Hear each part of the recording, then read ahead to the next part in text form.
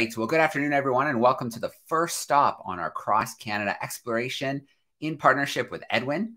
Over the next few weeks, we're going to take you on 6 incredible virtual journeys across the country to meet incredible scientists and conservationists who are protecting our wild places and animals.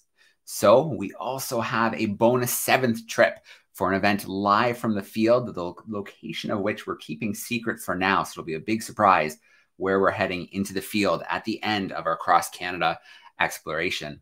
So my name is Joe Grabowski, and I will be your host for this series. I run an organization called Exploring by the Seat of Your Pants. So we bring science, exploration, conservation, and adventure live into classrooms across North America through virtual speakers and field trips. If you haven't checked them out before, visit exploringbytheseat.com. You can see we have anywhere from 30, 40, sometimes even 50 live events for classrooms to join in live or afterwards whenever they want. So do check those out. Before I introduce today's speaker, I want to give a huge shout out to Edwin. They have pulled together some incredible curriculum material to utilize throughout this cross-Canada exploration with your students, whether you're using some of it before or after the event. And during today's event, I'll also share a few links, but you should all have them in your inbox as well. Edwin has done an incredible job of sending links out and really making sure that all of the educators in the Toronto Catholic District School Board are ready for these virtual journeys. So stop 1, we are heading to British Columbia. I'm so excited to have Siobhan Darlington with us. She is a Canadian wildlife researcher investigating the behavior of elusive cougars in the southern interior of British Columbia. She's currently a PhD student at the University of British Columbia and leading the Southern BC Cougar Project. So aiming to understand what cougars are eating, where they eat, what they're eating, how climate and land use affect their behavior and their reproduction. So let's get her in here live with us right now. Siobhan, how are you doing today? Hi, good, Joe. Thank you for having me today. It's a pleasure to be here with all of you. All right. It is absolutely great to have you with us today. We've got classrooms joining us from across the Toronto region in the Toronto Catholic District School Board. And I should give a shout out to those who are tuning in live via YouTube. Use that chat sidebar. Let us know where you're tuning in from. Send in your questions when the time comes, because we want to hear from you after Siobhan presents with us. So I will throw it to you, Siobhan. We'll let you take over for a little bit. Great. Thank you. Okay.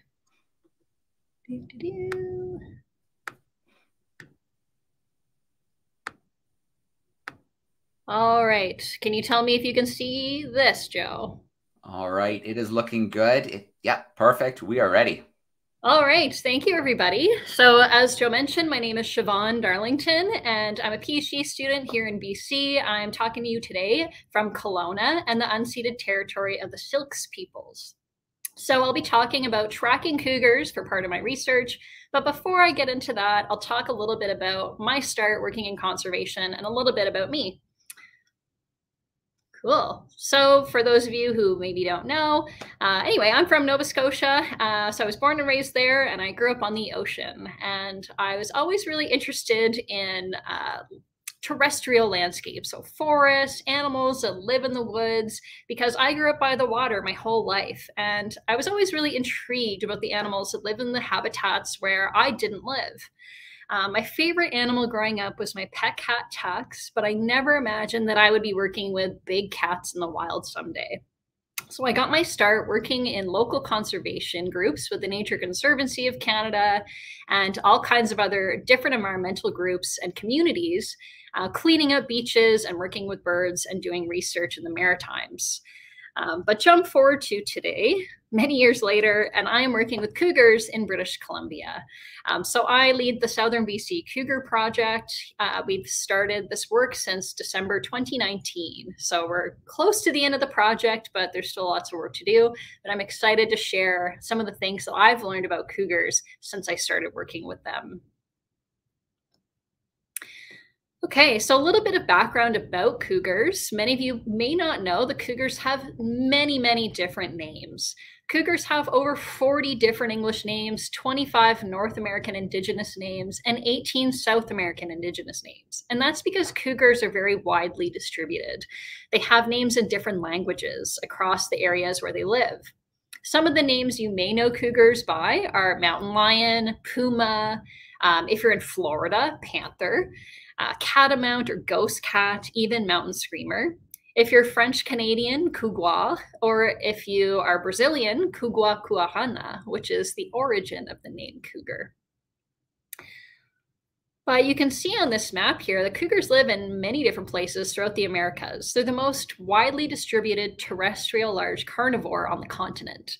And they live from the southern Yukon in Canada all the way down in the south to BC and west to southeastern Saskatchewan. And then they also live all throughout Central America and all the way down to Patagonia. Cougars even used to live where I'm from in Nova Scotia about 150 to 200 years ago, but cougars ended up not living in the east for a long time because people were so afraid of them and people pushed cougars out of their habitat. Now cougars are starting to work their way back east, and we see little areas where cougars are living now where they used to. A couple of quick cougar facts for you guys. So cougars live in the wild to be about 8 to 13 years old. If they're in a zoo and being cared for by people, they tend to live closer to 20 years old, just like your domestic house cat.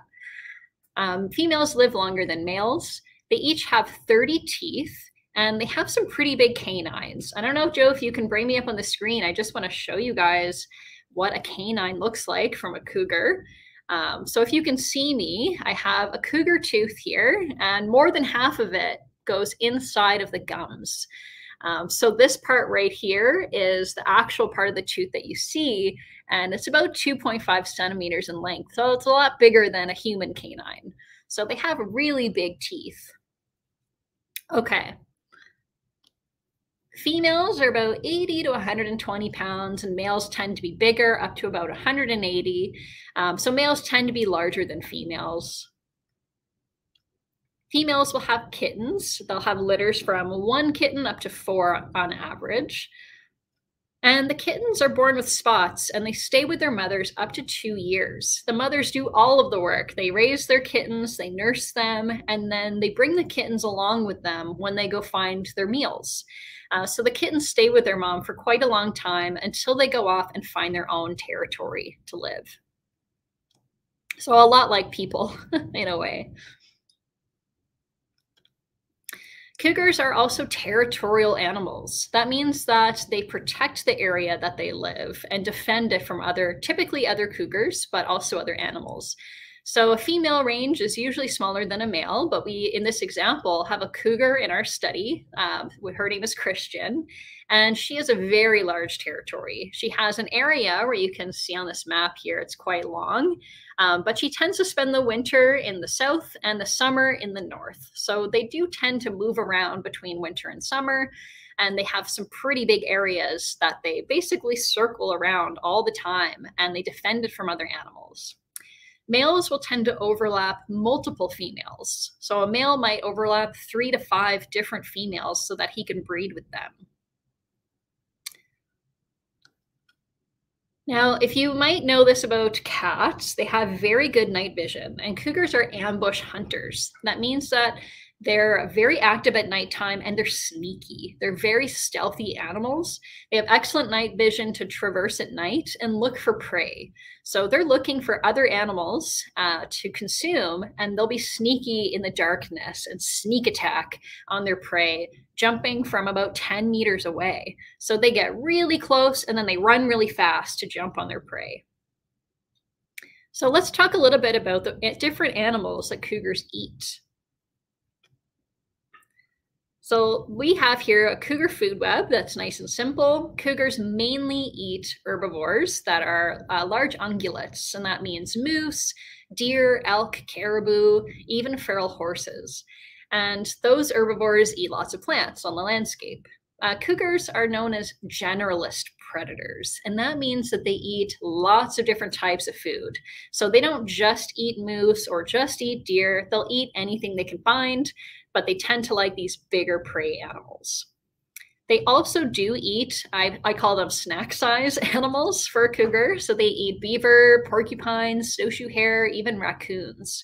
So they'll eat some smaller animals, but for the most part, they eat the bigger ones. Now, all of these different animals rely on plants on the landscape. So cougars are meat eaters, they're carnivores, and the herbivores that they eat lots of plants.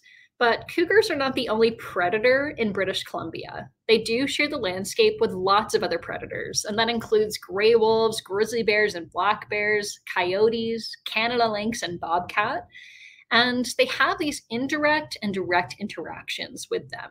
And that means that they're competing for access to all of these different foods with these other predators that also need to eat.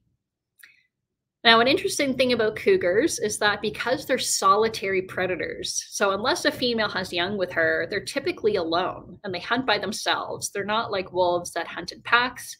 They have what's called, they're ecosystem engineers. So that means that cougars are providing a service to the environment. And you can think of a cougar as having eyes that are bigger than its belly. So we have cougars that are eating these big animals that are much bigger than they are, like a moose. And they might feed on a moose for a couple of weeks, but eventually the cougar's belly is full and they move on. A moose provides a lot of meat and it can feed lots of other animals too. So cougars are providing leftovers from their meals to all kinds of scavengers. And we see that coyotes come into cougar kills when a cougar's done eating and they eat the rest of the food. We also see even birds of prey like eagles or corvids like ravens and crows coming in and eating the leftovers that cougars leave behind. So they're a very important part of the ecosystem because they're actually indirectly feeding lots of different animals. Now, the last part I want to mention is that people are an important part of the food web too.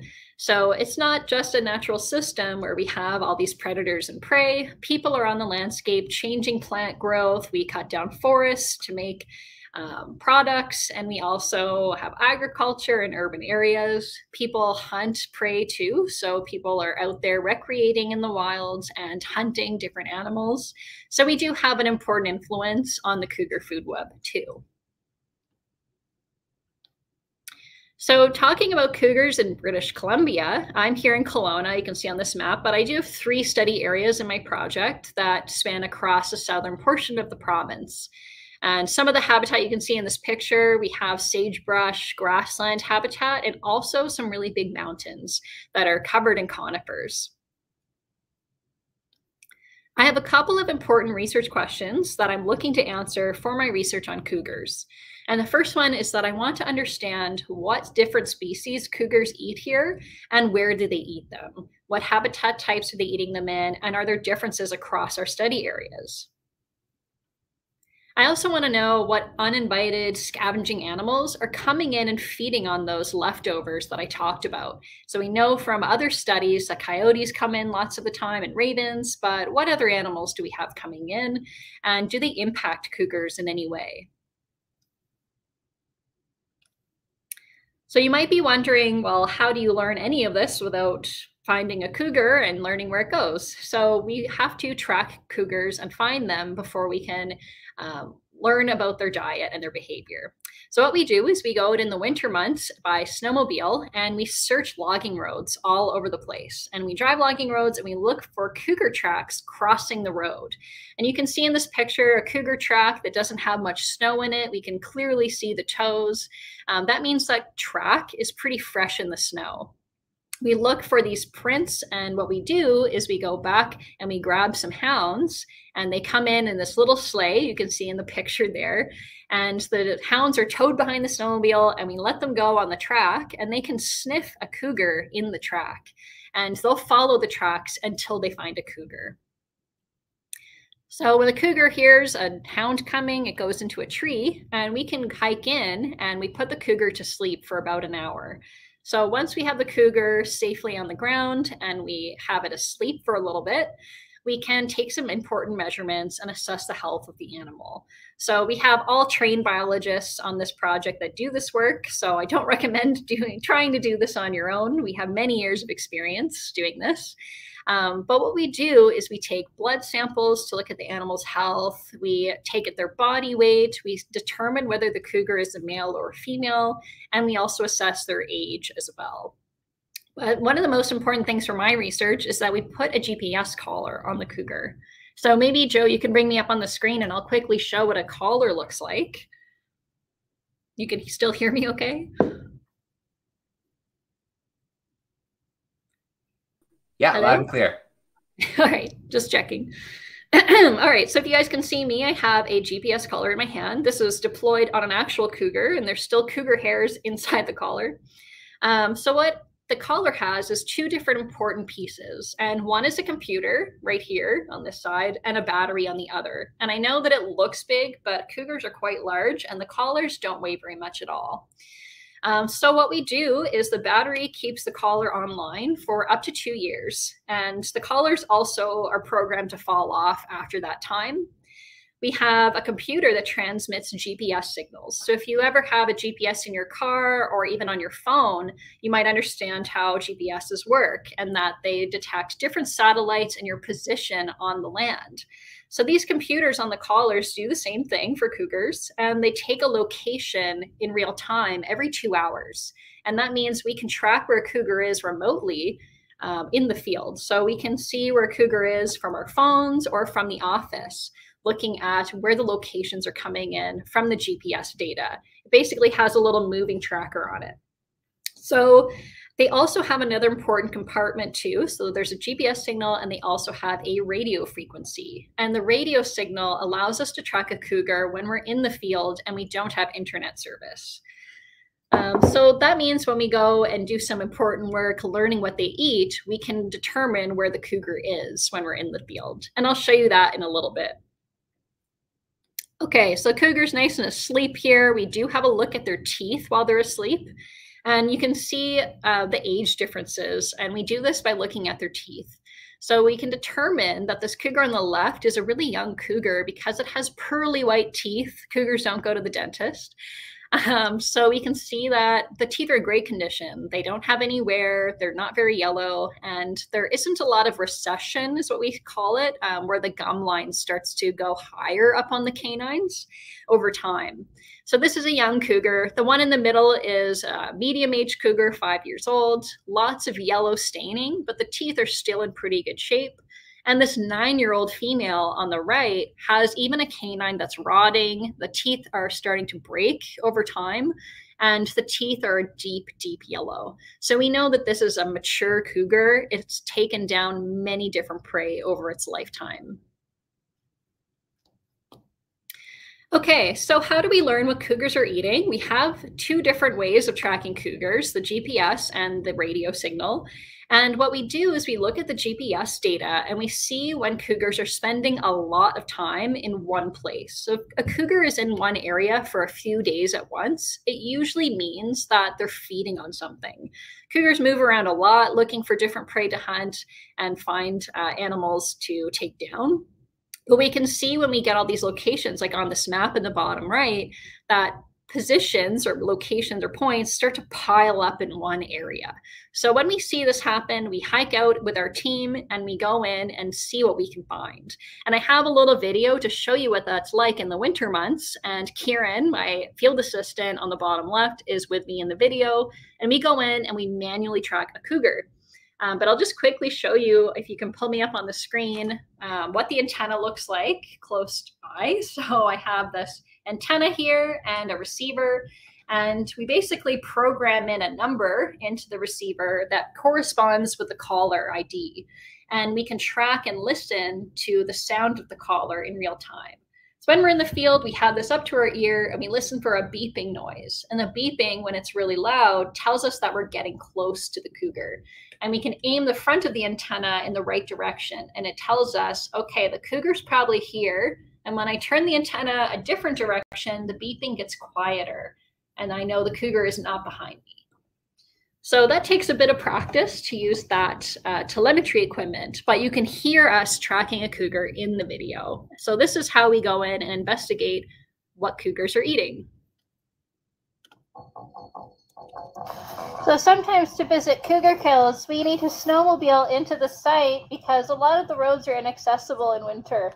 So we have a really unique field experience where we have to snowmobile into our sites and then snowshoe the rest of the way. So it's pretty exciting.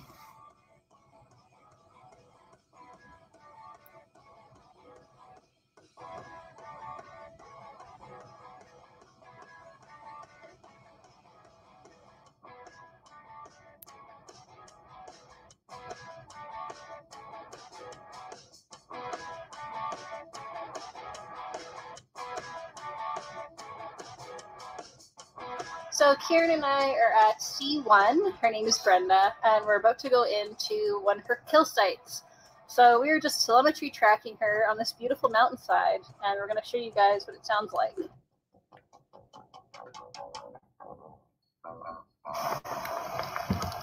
So this is Kieran. Say hi, Kieran. Hi. We are detecting C1, and we're just going to listen in and see how far away we think she is.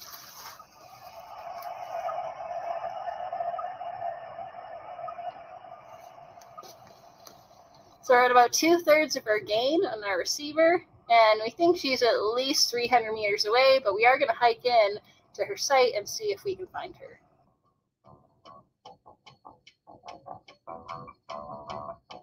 So it looks like we bumped the cougar off of her meal. She's been here for 17 days. So this is our first adult moose of the year, it looks like. So this is pretty cool. Normally we find a lot of deer at cougar kill sites. In the winter, the carcasses last a lot longer than in the summertime. So being here for 17 days means she's pretty much eating everything on this moose. So it's a little gory looking, but we're going to collect some samples and take this jaw that we can see over there and some hair, and then we'll find out how old this moose is and what its body condition is.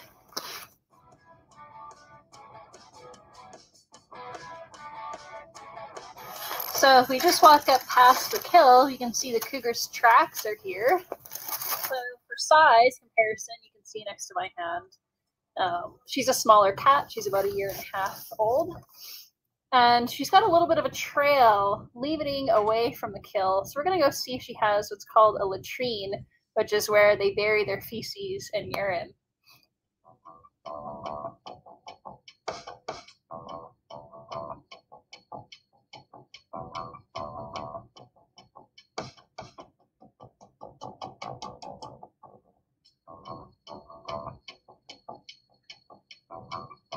So the last thing that we do is we install a camera facing the carcass so that we can detect the cougar coming back to the kill and also any other scavengers. So we could get coyotes, we could also get ungulates coming in, ravens, or golden eagles. So these cameras will help us detect what shows up at this carcass all throughout the day and nighttime. So there's quite a bit of carcass left. So we only install a camera if there's a good amount of meat left there for the scavengers. So luckily, there's plenty there of this moose left over.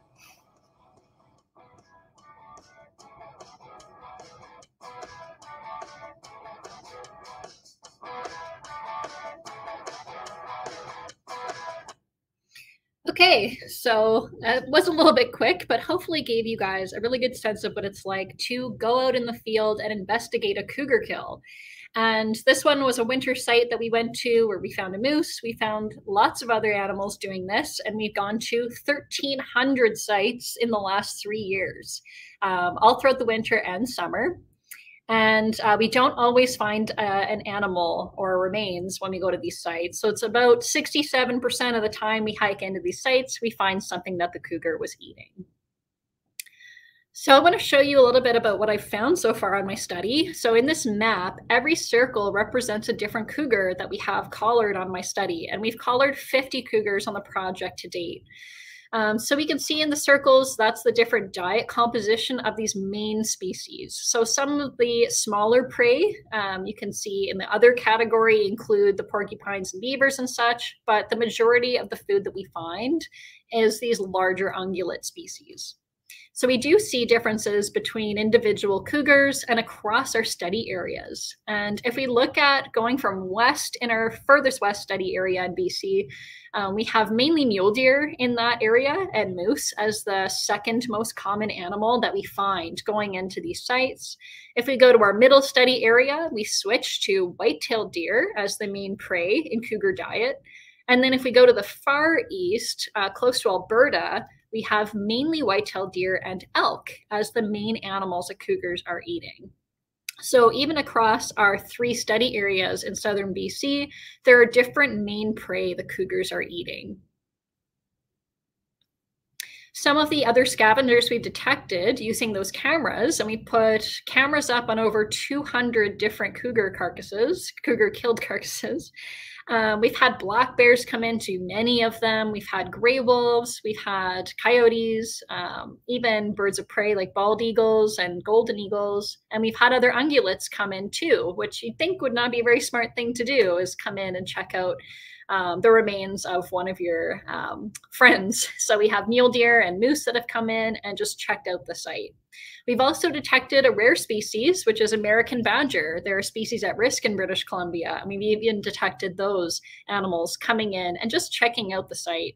So some of these animals don't necessarily eat the leftovers, and when we look at all the camera footage, we look at whether or not those animals are eating the remains or if they're just walking by and checking it out. And sometimes we do detect other cougars. So you can see we've detected in this top left photo a cougar that we have collared coming back to her kill. But all of these other cougars in the pictures don't have collars on. So those are cougars that we didn't know about, and they're coming in and checking out the kill of another cougar.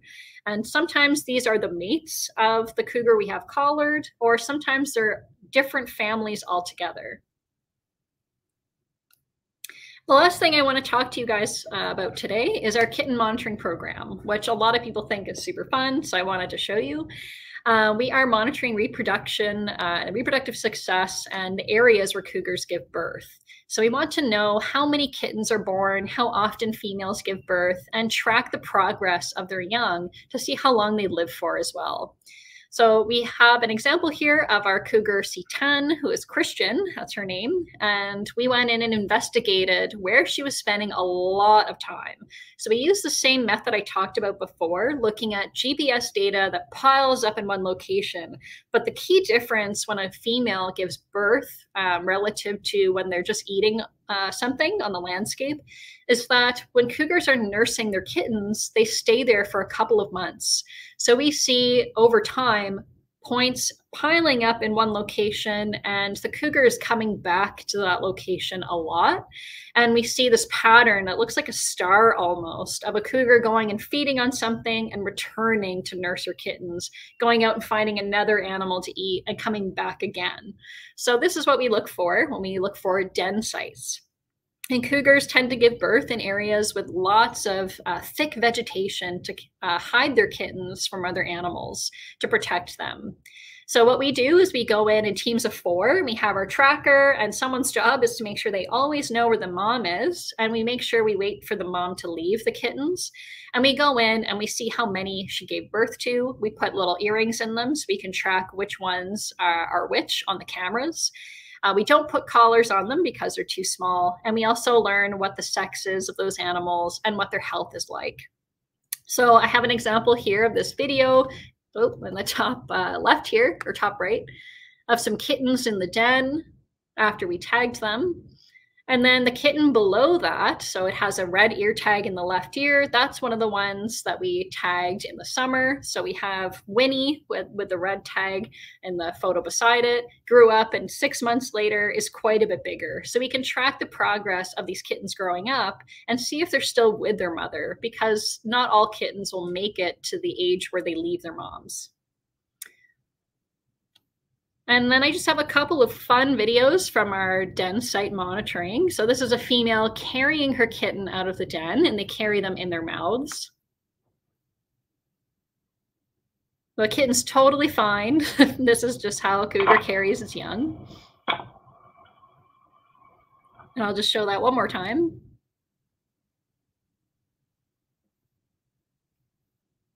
They had a nice little hiding spot underneath there. And then in this video, we have a female with 3 kittens. And in this example, she isn't carrying them. She has too many to carry, and she's walking very slowly with these clumsy 4-week-old kittens.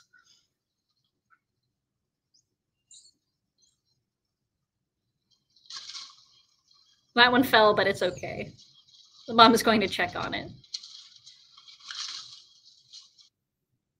And then those same 3 kittens, we've tracked them. They were born in August last summer, and we tracked them this February with cameras, and all 3 of them are still alive.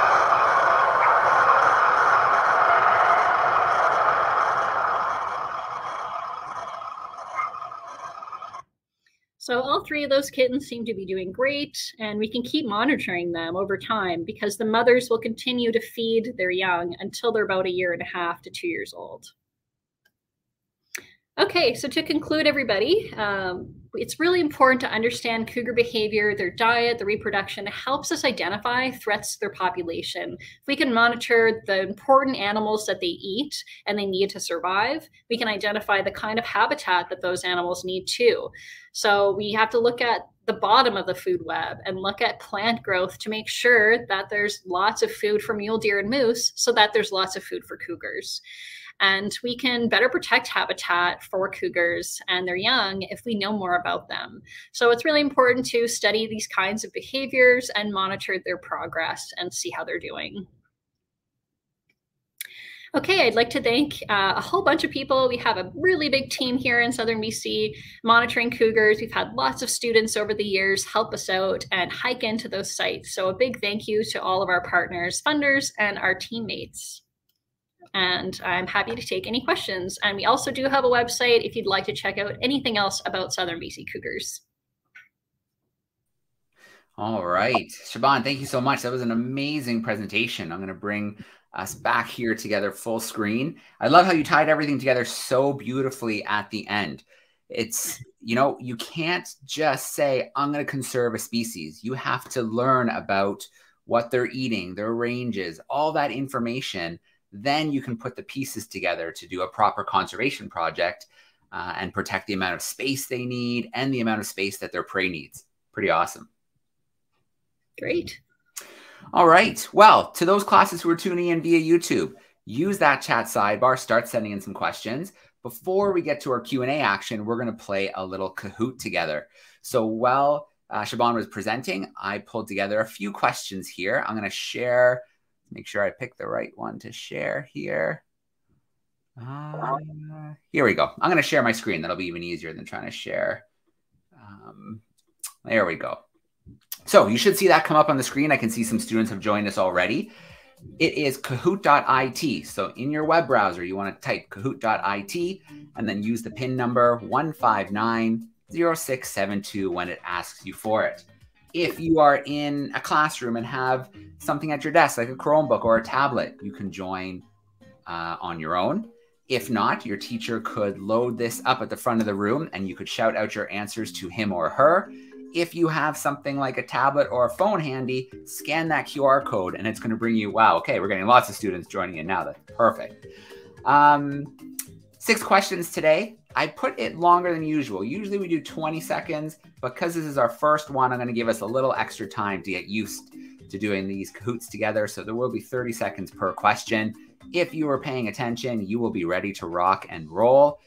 Siobhan, we're going to have to wait a few moments here to get all the students in, but let's start some Q&A here already. So in the chat, I had a student really wanted to confirm that those radio tracking collars don't affect or limit the cougars in any way.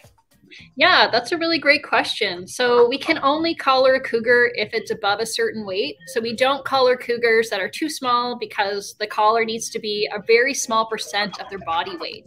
I know you guys can't see how much they weigh, but they really don't weigh a lot.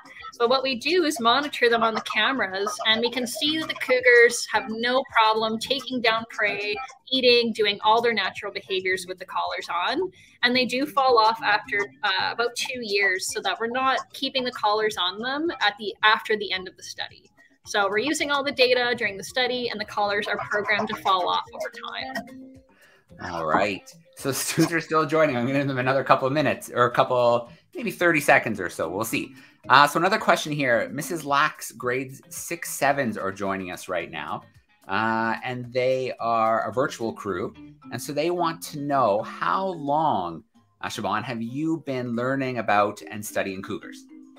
Yeah, so I started researching cougars back in August of 2019, so about 3.5 years of my time studying cougars. But before I studied cougars, I did my master's research on deer. So I studied the animals that cougars eat for many years before that. So I have lots of years of experience working with prey and predators. All right. So we'll get a little smoother at getting everybody in. Normally, and like I did today, I usually share the link to the Kahoot at least 5 to 10 minutes early in the private chat as well as the YouTube chat. So students can start getting ready a little bit earlier. But I do see things have really slowed down. So I think we're about ready to get things rolling here. I do want to remind everybody, because I know some students are joining via YouTube. After you said hi on YouTube, leave it there. And then save that space for questions. We don't want to have to put anybody on mute if they're being silly in the chat, but so far everybody's been pretty good today. Okay, let's get things rolling here, and then we'll get into some more Q&A action. So here we go. I am going to hit start, and we are going to get this Kahoot rolling. So our first question is coming up. Remember, you have 30 seconds. Get that answer in as quick as you can, and make sure it's the right answer if you can, because you'll get even more points. So what name is not a name that cougars are known by? So we saw some at the beginning. Was it catamount? Was it scary cat? Was it ghost cat? Or is it mountain lion? So one of those we did not touch on at the beginning. Was it catamount, scary cat, ghost cat, or mountain lion? So we have 30 seconds for these questions. But pretty soon, maybe the next event or the one following, I'm going to cut it down to 20 seconds as we get a little more used to this Kahoot action. Ooh, couldn't fool this crew. Scary cat was not mentioned at the beginning, although some people might just think that's a scary cat. We did not talk about that name at the beginning. So the Fearless Yeti is holding down that top spot, but things are close. Let's get into a true and false. Cougars can be found throughout North and South America. Is that true? Or is that false? Maybe they're only in South America, maybe just North America. Or is it true that they can be found in both North and South America? True or false? You've got lots of time to get an answer in. Over 400 answers have already been slammed in. Let's see how long it takes to get them all in. You've got a few more seconds. They can be found throughout North and South America. True or false? All right, absolutely true. Good job, crew. But we know that they are not in the range that they should be.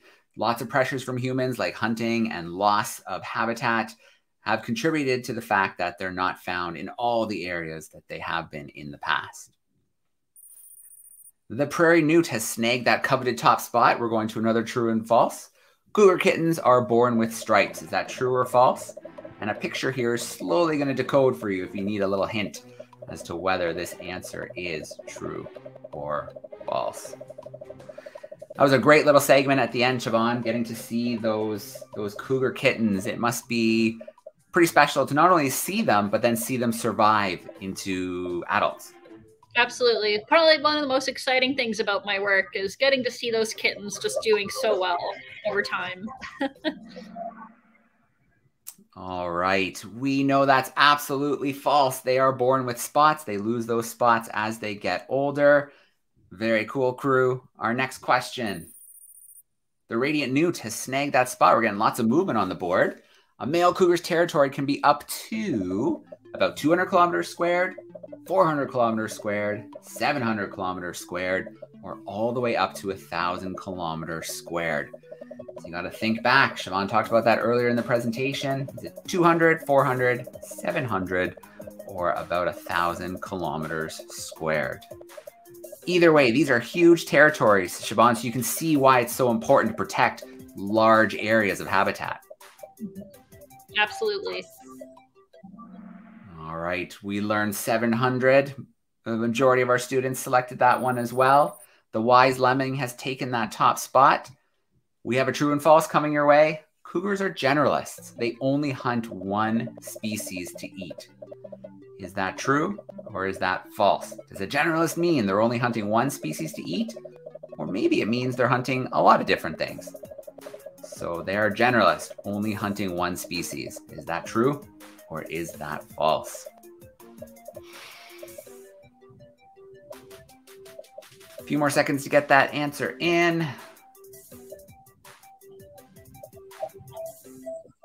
All right, it is false. A generalist means they eat lots of different prey. What they can catch, probably. So the mystery orcs has taken that first spot, and we will wrap up with our final question here and see what happens. Cougars are ecosystem engineers. They build things in the environment. They take food from lots of different animals. They travel through lots of different ecosystems, or they feed lots of different animals. So Siobhan mentioned, she talked about cougars as ecosystem engineers. Which of those four things are they doing for other animals in the environment? Building, taking, traveling through the ecosystems, or feeding lots of different animals? All right, couldn't fool most of the students. They are feeding lots of different animals with what's left over. Let's take a look at our podium. In third place, we had the caring bobcat. Oh, that's convenient. We got a cat there. The mystery orcs in second, and holding down that top spot, we've got the legend pigeon. All right. Well, thanks for playing along, crew. Let's get back to a little Q&A action before we wrap up our event for today. I want to bring in some camera groups because we have some camera classrooms joining us, which is a great option to try if you haven't done one before. So let's go to this first group here. Let's bring them in front and center. Miss CD's grade 7 and 8, St. Bridget. How are we doing today? Turn the lights on, guys. Turn the lights on. Hey, everyone. Great to see you. Can you hear us? We hear you. We see you. Awesome. Okay, we've got a few questions. Okay. Go for it. Maya, come and ask your question. Okay. Stop being silly. Okay. Okay. Okay. Shh. Okay, Tina, close the door. Sit down, please. We're on camera. Thank you. Okay, all right, Maya. we're ready for you.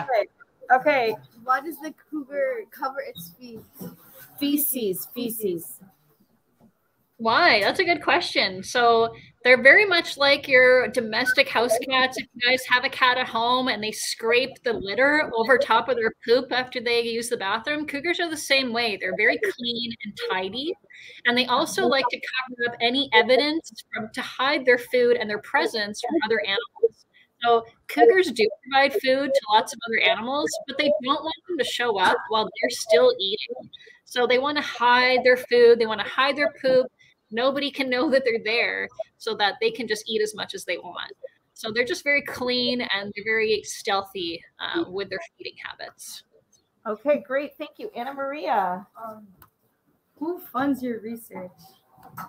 Great question. So my research is funded by all kinds of different groups. So I work with a university, UBC Okanagan, and the government. We also work with First Nations, and we work with all kinds of conservation groups that give us funding to do our work, like the Habitat Conservation Trust Foundation. They give us lots of money to do all the amazing things that we do. Emmanuel. And this is Emmanuel. How do they hold the kitten safely? Yeah, great question. We actually wear really big gloves. So we have the kittens, even though they're a month old, when we go in and tag them, we have to wait till they're about a month old so that they're big enough and their ears are nice and big. We can put the earrings in. But they have really sharp claws when they're that young. So we have huge gloves that we have to put on to keep ourselves safe and to keep the kittens safe as well. So we just hold them from the side, and we usually sit them on the ground while we're working on them so that they're nice and comfortable. All right, some great questions from our crew. We have to shift over, though, to let a few more questions in from some of our other groups. So I want to bring in Miss Besor's group, grade 7s at St. Anne. They're a virtual crew. So we'll bring Miss Besor in here and see if there's some questions for us. Do you have a question or two from your crew? Hi. Where is my group? Hold on. Yes, so we did have my group here. And there was just one question, and somebody had asked it before. It was, how do you make sure it doesn't affect them when they have the thing on their neck? Yeah, for sure. Yeah, so I think I mentioned that before, same thing. But we just make sure that the cougars are nice and big before we put a collar on. They fall off over time, and they really don't weigh a lot. And they're designed so that they don't get in the way when cougars are feeding. So they aren't obstructing their normal behaviors. Yeah. Okay, thank you. All right, thank you for the great question. So I'm going to take one from YouTube, then I'll go to our next camera crew who I see waiting ready to go. So this question is about what is going to happen to the baby cougars if the mother does die early. Yeah, so cougar kittens typically can survive on their own when they're about 10 months or older. So even if their mother, something happens to her and they're at least that old, they can find food on their own. But before that age, they're unable to hunt for themselves. That's the time when they're about 8 to 10 months old when they learn how to hunt. So if something happens to their mom, unfortunately, they don't make it in the wild if they don't learn how to hunt first. So that's just the nature of, these animals. All right, we've got another virtual crew from St. Anne joining us. I'm going to bring them in right now. Some 6'7s. How are we doing today?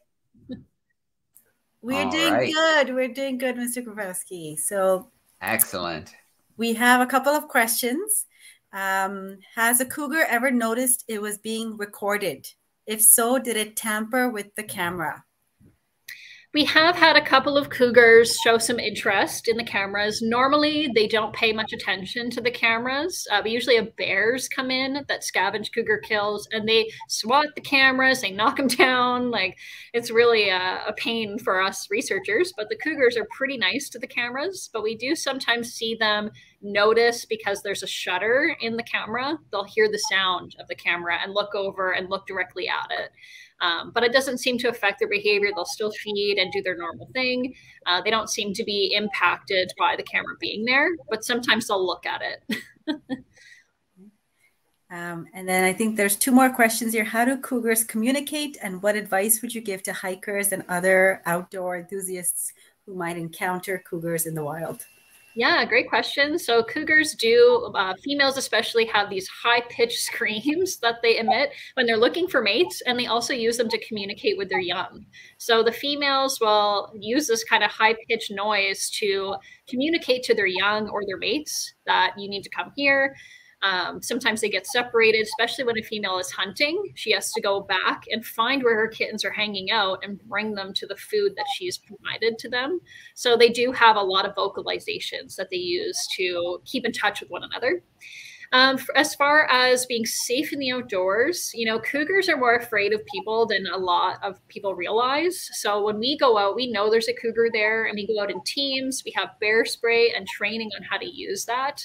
And we also have our radio frequencies. So we know if we're about to see a cougar or not. We yell, we make lots of noise to keep the cougar away while we go in and check out what they're eating.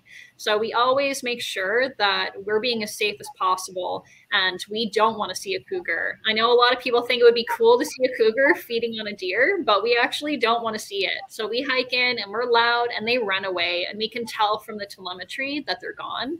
But for most people recreating, you don't know where a cougar might be, right? We have that advantage as researchers. So for those of you who are out hiking, it's really important to go out in groups when you're hiking out in the backcountry and cougar country. Learn the signs. If you did encounter a cougar, you never turn your back. You stay focused on the cougar and make yourself look really big, and throw rocks, throw sticks, and that will normally, even just yelling at them, make them run away. They don't want anything to do with us as much as we don't want anything to do with them. Thank you. All right, great questions from our 6'7s. Very cool. So I'm going to take one more question here from the chat, and this might be a tough one to answer, but BC, British Columbia on a whole, are they doing a good job of preserving the wild environment, or do you think there's lots of work still to be done? Well, I think that's like anywhere. So not just in British Columbia, there's lots of work everywhere to have to protect habitat for native wildlife. For cougars live in lots of different habitat types. They even live in urban areas as well, on the edges of urban places. So even here in Kelowna, we have some cougars that we monitor that sometimes wander into backyards at night, and they're mostly in the woods, but they'll come into areas where sometimes there are people. So it's important for people to recognize that, as we encroach and grow where we live and suburbs, we're encroaching on the habitat that those animals are used to living in. and they may not be adapted yet, moving off because people are now moving into the forest. But in BC, yeah, we do have lots of protected areas, and there's lots of research being done to protect the animals that cougars eat, like mule deer, because they're important for traditional peoples, and they're hunted as an important species to feed families. So a lot of the motivation to protect cougars is coming from protecting the animals that they eat as well. So I do think there's always work to be done, but we're on the right track here. Yeah, absolutely. And so another term that students might be familiar with is an umbrella species. So a cougar is a great example, because if you protect the cougar and the space it needs, you protect a whole bunch of other plant and animal species and make sure that there's a good environment there for them as well. Absolutely. So I'm going to squeeze in one more question here from the chat. It just came in. Apex predators. Where did that name come from? Apex. Oh, that's a good question. I don't know that I know the answer to where apex comes from, but it usually means they're at the top. So apex of a mountain at the very top. Cougars are at the top of the food chain. So we see not too many animals can hunt a cougar other than people. Cougars might interact with one another. So male cougars can fight each other. But in general, we see this food web where cougars are the animal at the top. So they're the apex predator in the system, driving everything from the top down. All right. Well, before we wrap up for today, I want to share a few things to get us ready for our next adventure together. So coming up, our next event is going to be stop number 2. We're going to do some underwater cave exploration with Jill Heinerth in Ontario on March 29th at 9:15 a.m. So a few days away. There are lesson plans ready to go that Edwin has pulled together. I'm going to share a link here. If you use this link, you can head over and you can check out those lesson plans. Of course, you've had multiple emails. There's an event page, so you'll be able to find those there as well if you aren't able to jot it down from here or capture a quick screen share. Now, to the classrooms who are joining us later on because you couldn't make it live, I will share a link. I'm going to email everybody after the event today with a link to the Kahoot quiz so your students can take part in the Kahoot quiz on your own afterwards as well. The same link that you may have used on YouTube to tune in, you can use anytime to watch with your students, or your students can watch the events later or share them with their parents at home if they want to. So a shout out to our camera groups who joined us today. Thank you so much for being the first brave classrooms to try camera spots. I hope some of the other classrooms tuning in can see that it's easy to join in via camera spot and you're not on the screen for that long, but it is nice to have that extra bit of interaction. So I will send out the message later today. And if you want a camera spot for an event coming up, let me know. All right, Siobhan, thank you so much. That was an amazing presentation. You're doing incredible work out on the west coast of Canada, a great first stop on our amazing virtual adventure that we'll be going through the next few weeks. Thank you so much, Siobhan. Thank you, everybody. Thank you, Joe, for having me. It's a pleasure as always. And I hope I inspired all of you to learn a little bit more about the native animals in your area. All right. All right. Thanks again, everyone. We are going to sign off for today, and we will see you on stop number 2 on the 29th. Thanks, everyone. Bye.